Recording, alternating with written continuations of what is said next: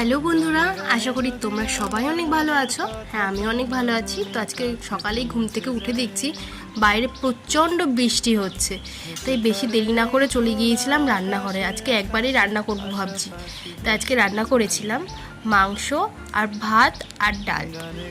তো বৃষ্টির দিনে মাংস খেতে কিন্তু খুবই ভালো লাগে, আর মাংসটা একটু চেখে দেখলাম যে এতে অনেকটাই ঝাল কম হয়েছে। তা এখন কি করব, গাছে বেশ কয়েকটা কিন্তু লঙ্কা হয়েছে আমার, দেখতে পাচ্ছ তোমরা কত লঙ্কা হয়েছে। এই লঙ্কাগুলোই দু তিনটে তুলে এনে আমি মাংসের মধ্যে দিয়ে দিয়েছি। এই লঙ্কা গাছগুলো কিন্তু আমি বাড়িতেই লাগিয়েছি।